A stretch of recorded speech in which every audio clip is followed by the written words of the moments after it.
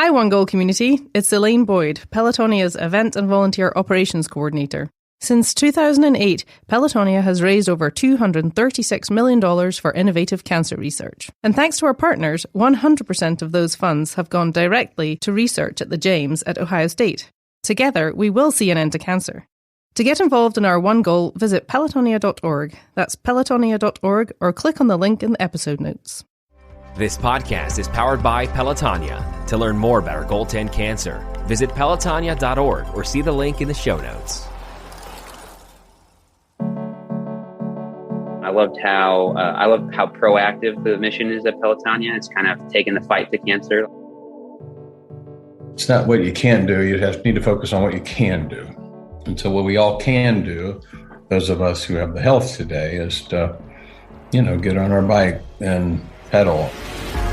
Welcome to One Goal, a storytelling podcast from Pelotonia. We're a passionate community dedicated to funding innovative cancer research.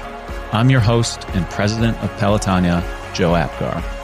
Your journey with us to the finish line begins now. Pelotonia is powered by an unstoppable community, and it's through research we will see an end to cancer. We want to thank our major funding partners for making all of this possible. The American Electric Power Foundation, Huntington, the L Brands Foundation, and Peggy and Richard Santulli. When you're done experiencing this episode, we'd be honored if you could leave a review or share it with family and friends. This really helps extend the impact of this series and helps further our one goal. And now, on to the episode.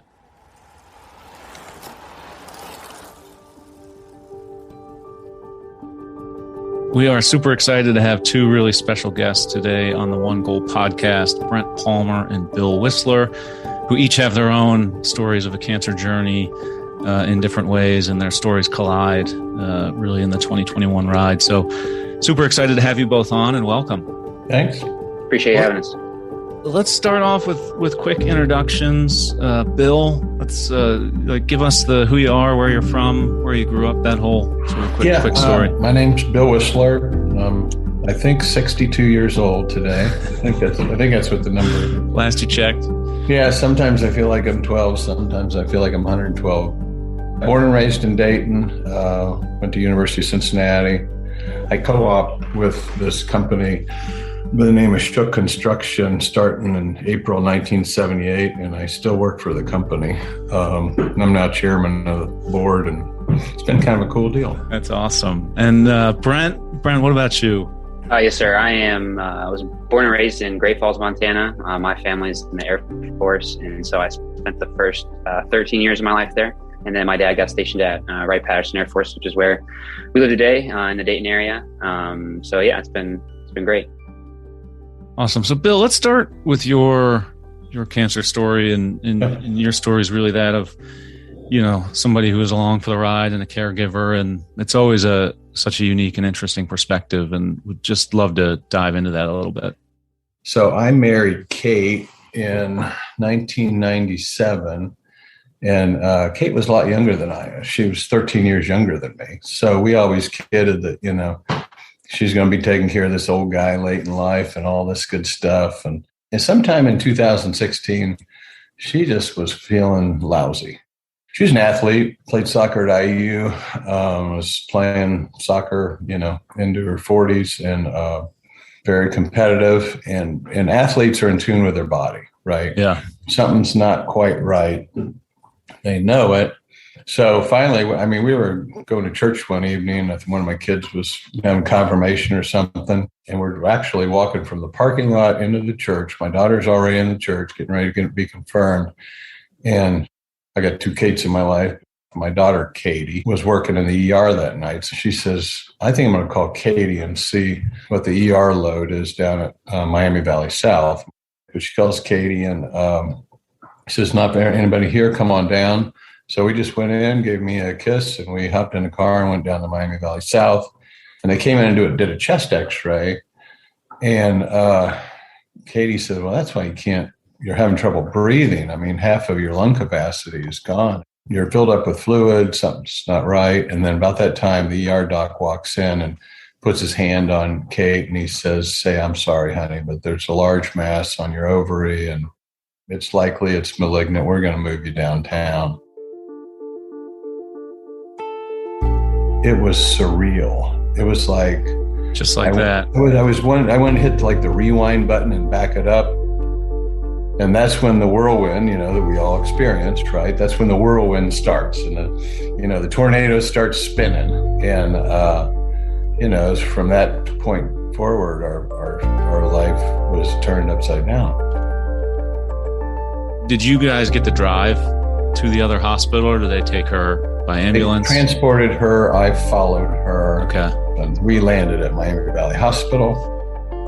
I'm really curious if driving from that one hospital to Miami Valley, Kate's in the ambulance, you're driving in the car. You remember that? Oh yeah. Like it was right now. It's surreal, and you can't believe it. So you go through all the stages, right? You just can't believe it. You can't believe it. I mean, you're pinching yourself. You're blinking your eyes. You're trying to wake up from this dream, this nightmare, this terrible thing. And it's like, oh my God, this is real. Once we got to the Valley, we got hooked up with an oncologist. We ended up going to Columbus and talking to the people at Riverside and the people at Ohio State. And so we ended up choosing to get our care at Riverside only because Kate knew everybody at Riverside. In my business and in Kate's business, we build hospitals. It's one of the things we do. So we knew a lot of people, and we hooked up with a gen onc and a colorectal onc. And so we got great care there. Yep. And we had a consult at the James, but that was surgery one of 3. We spent 3 years, fighting it. And at the end of that 3 years, deciding how to get her to the finish line with grace. And she was a warrior. She was great. She was fantastic. Taught us all so much about how to live life, and how to treasure life and how to treasure today and not worry about tomorrow. We lost Kay, but we didn't lose her spirit. And we learned the lessons that she taught us, and they inform us every day on how to live our life with just a lot of richness. As you reflect back on those 3 years, what did you learn being a caregiver? And I think being a caregiver is really hard. I mean, you learn how much you love somebody. I mean, it was an honor for me. And Kate had one hell of a network. I mean, she has a big, huge, loving family. If you went to a party, you knew where Kate was because everybody's all gathered around her. And so for me to be that primary caregiver was an honor. And it was great. I mean, it was great. I mean, I'm not saying it wasn't hard at times, but they're doing the work. They're doing the work, right? We're just helping them along. So just taught me to toughen up and not take things for granted. And when I feel good about feeling good. When I feel bad, know that I don't feel half as bad as a lot of people. So I want to switch gears a little bit, and I know there's a tie between Kate and Brent, through playing soccer, and Brent, you're in your early to mid 20s, and the year 2020 wasn't so good for you in a lot of ways, and would love to hear that story from your perspective, and hear what that journey was like for you. Before that, kind of speaking on how I crossed paths with Kate. It was through soccer, and it was at a time in her life where she was still kind of just going through that early stages of diagnosis, and it was still. I met her, and did not occur to me that was a person that was dealing with something that was of that nature. Just the way she lived her life and conducted herself, you would have never guessed in a million years that she had those struggles and issues that now, with hindsight being 2020, I can very much relate to understanding what that feels like and the toll that takes on you. And so it was a real testament to her and the way that she kind of lived her life. But yeah, was she open with her cancer with people? You guys were playing soccer together. Did she share that she had been going through that? She did. I did know that was something that she was going through. But again, I knew what cancer was. I knew it was a disease that was, terrible and affected so many people, but I didn't really understand the magnitude of it. But I never would have guessed that, Kate had been going through the struggle that she had just based on, her demeanor and her, positive attitude and things like that. So it was a real, again, with hindsight, a real encouragement to kind of look back and see, someone live so positively and so, with just such a great perspective. So that was a really neat perspective, again, that I didn't really get to appreciate until, after I had gone through what I had gone through, looking back. And so you encountered your own story there in 2020, and describe the sort of lead up to your diagnosis and what that was like for you. Yeah, very similar to how Bill had described Kate. I was 25 years old at the time, and I was very active. I played similar to Kate. I played college. I played soccer in college for 4 years, and after I graduated, played 3, 4, 5 times a week as much as I can. Very active. I love to run, love to work out. I was working full time. I was coaching a high school team. I was coaching a club team. Just very busy. I liked filling up the days. I was really at a point where I thought I was just kind of on top of the world. And then probably early February, late January, I kind of started just not feeling the best. Being like the athlete and the competitor and probably the ignorant person I am at sometimes, I just tried to just push forward a little bit and just kind of, I'll sleep it off or kind of jump back and forth between antibiotic and antibiotic. And I spent 2 or 3 weeks kind of going back and forth between urgent cares, trying to figure out like what was wrong with me. And I was got diagnosed with pneumonia and strep throat and immune infection, and they just kept kind of throwing different antibiotics at me. And so jumping back and forth between all these things, I remember just being really frustrated. I don't enjoy being sick, not like anyone does, but I remember just being very limited in the things I was able to do. I remember getting out of bed in the morning and trying to walk to the refrigerator to make breakfast. And I remember by the time I got from my bed to the refrigerator, I had to stop and sit down because I was at a loss for breath. I called my parents and I kind of discussed what I was feeling, and they told me to make an appointment with my primary care physician, which I did. And so went to that appointment and I got some blood work done. After the blood work was over, I had to call my mom to come pick me up because I didn't feel strong enough to be able to drive home. My mom came and got me, and she drove me to my parents' house, where I laid down and kind of rested for a little bit, kind of regained some gradual strength.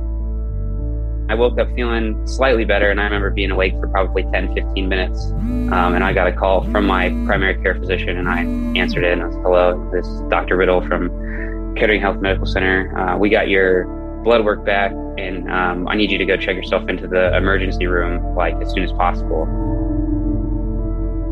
They did some more blood work, and my doctor had described to me on the phone that I had a very high elevated white blood cell count, and that my hemoglobin and red blood cell count and platelets were very low. At the time, I had no idea what those words even meant, and so I kind of didn't really think anything of it. Just, maybe just a bad test, give me some medicine, and those numbers will kind of realign, and we'll just move on from there. I remember the doctor coming in, and after we did some more blood work, and kind of gave a very long, elaborated response as to what the tests mean and all those different things. And I remember he said, at this point, we could either point to either some type of leukemia or lymphoma. It really didn't hit me right away. I remember looking at my mom, who also didn't hit her right away. She was very calm and was almost didn't hear what he had to say. She heard the words, but kind of didn't understand in the same facet. And she kind of explained it again. And I remember just, that onset of confusion and worry and fear and all those things kind of creeping in. I stayed the night at Kettering Medical Center, and then the next morning I was transferred to the James at Ohio State, which is where I received all my treatment. I remember the ambulance ride from Kettering to the James being very eerie. It's not a super quick drive, especially by ambulance. The two gentlemen that were working in the ambulance, they were very great. They were very kind. As we were getting going, the one guy asked me if I wanted to listen to any music, and I was just like, I don't know what music you listen to, when he just got told you got diagnosed with leukemia or lymphoma. And I just remember just this I mean, how do you listen to music right now? I just have so many questions, so much running through your head. You know, I remember that. And then we get to the James, and I remember being at the James and being immediately flooded with nurses, PCAs, doctors that were just incredibly kind and compassionate. I remember being, not that I wasn't taken well care of at Kettering, they did a great job, but I just remember just the level of trust I felt just kind of as soon as you walk in the building. I mean, you walk into the James and you look around and you think, man, this is a state-of-the-art building here. This is the real deal. I got diagnosed with acute myeloid leukemia. My doctor, the oncologist at the time, came in and kind of sat down with me and my mom and my dad in the room, and he spent 3 hours at 8:00 at night talking to me and my parents about treatment options, the future, diagnosis, all that stuff. And man, talk about information overload. It was, I mean, at a certain point, I almost kind of just checked out mentally because I just didn't have enough mental stamina to be able to follow all was happening there. That's why it's so important to have someone with you or multiple people with you for sure. To just listen. For sure. That's why I love how intentional Pelotonia is with highlighting caregivers as well, because I mean, that role is so important. I got diagnosed February 27th of 2020. I started chemo March 1st at the James. I was at the James for about 35 days, I believe, for my first round of chemo.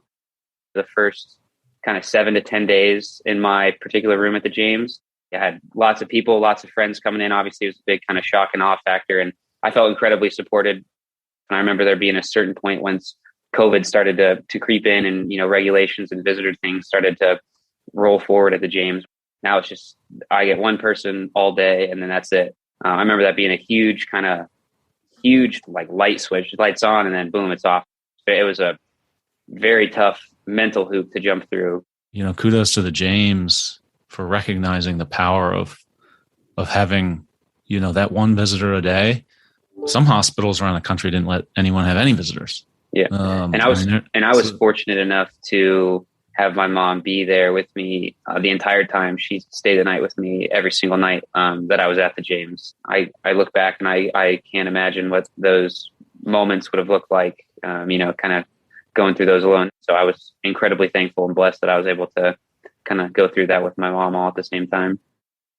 You remember the day when first got to go outside and like what that felt like?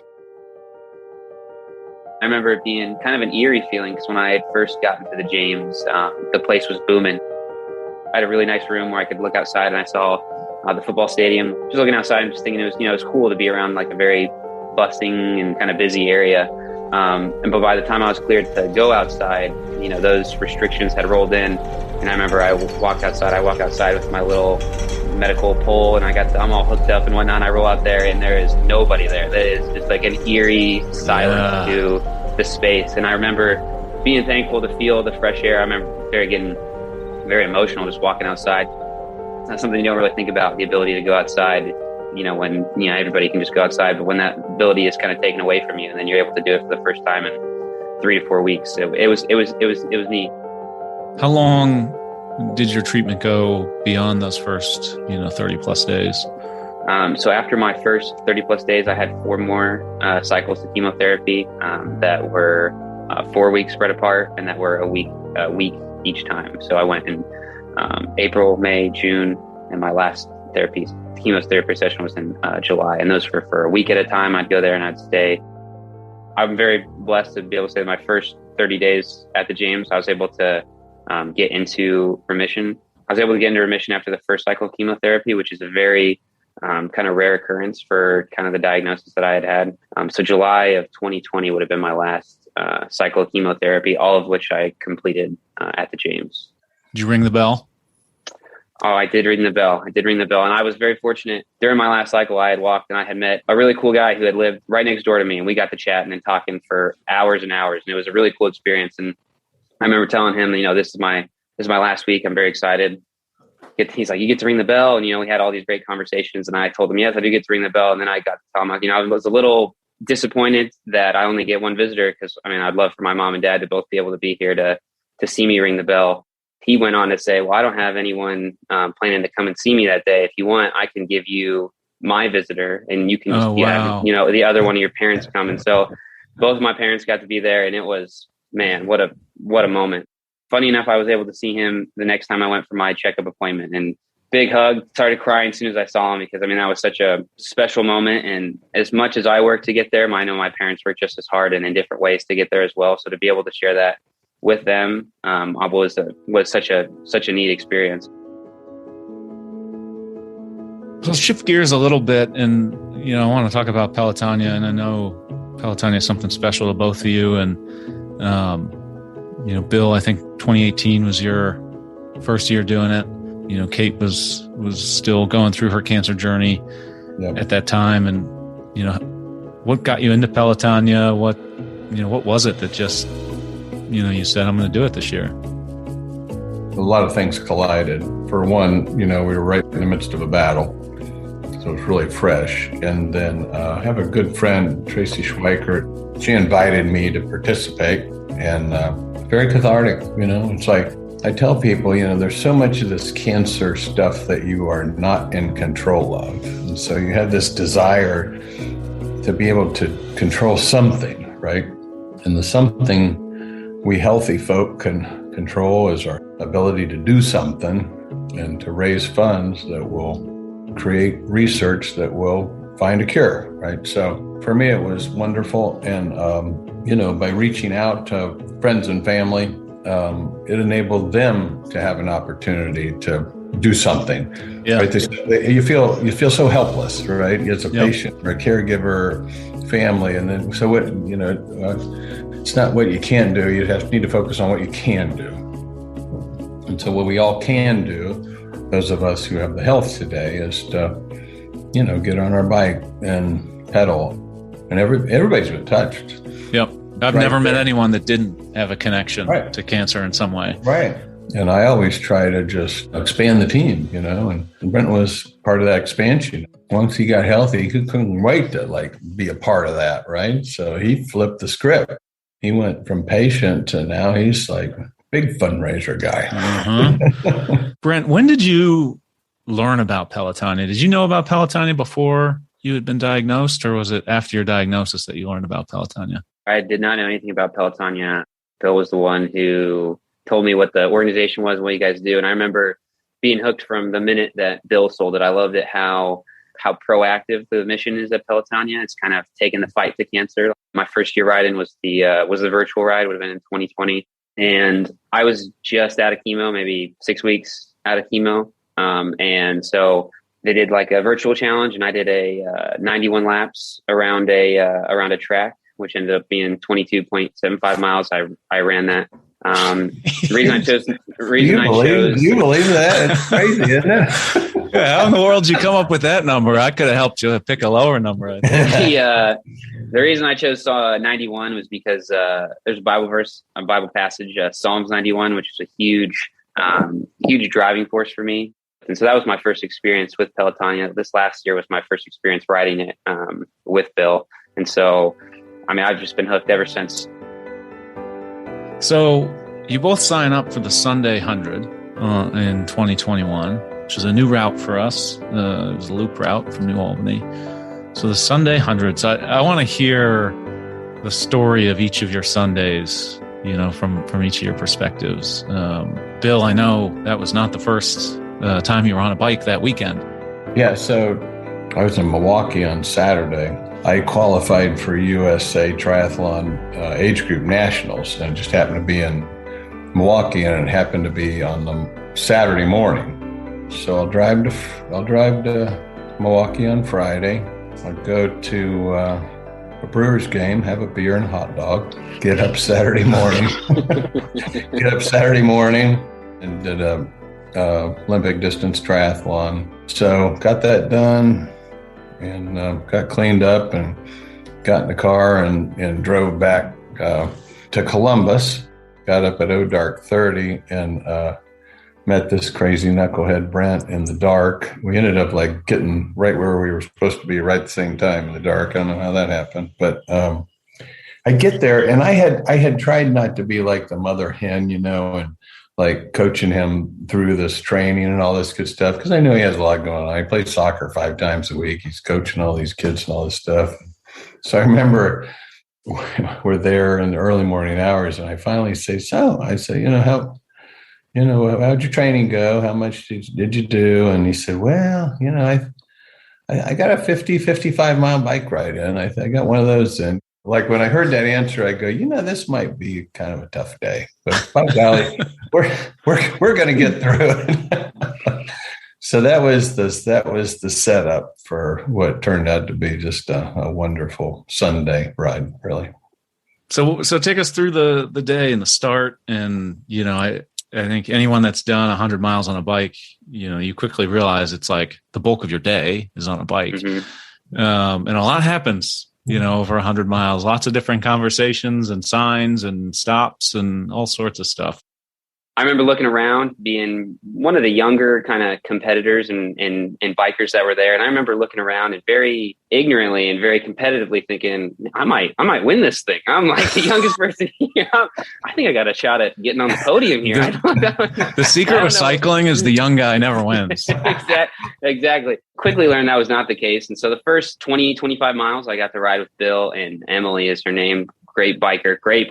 About 10 to 12 miles after that first rest stop, my training is starting to fail me at this point. And so Emily and Bill, who are fantastic bikers, and I will just say this because he won't say it, Bill is like the best athlete I've ever seen in my entire life. Anyway, awesome. Love it. We get to a point where Emily and Bill are starting to distance themselves a little bit. And I wanted to not be a burden to anyone. I wasn't trying to keep anyone back from, getting to their time and whatnot. And so they were kind of casually going up a little bit, and I would kind of just casually linger behind. But one of my favorite parts about the race is I had the Pelotonia bike shirt on, and on the back of mine it said Survivor, which I thought was really cool. And as I would go, I would have so many people who would pass me randomly that would maybe stop and ride with me for 2 to 3 minutes and talk to me about my story.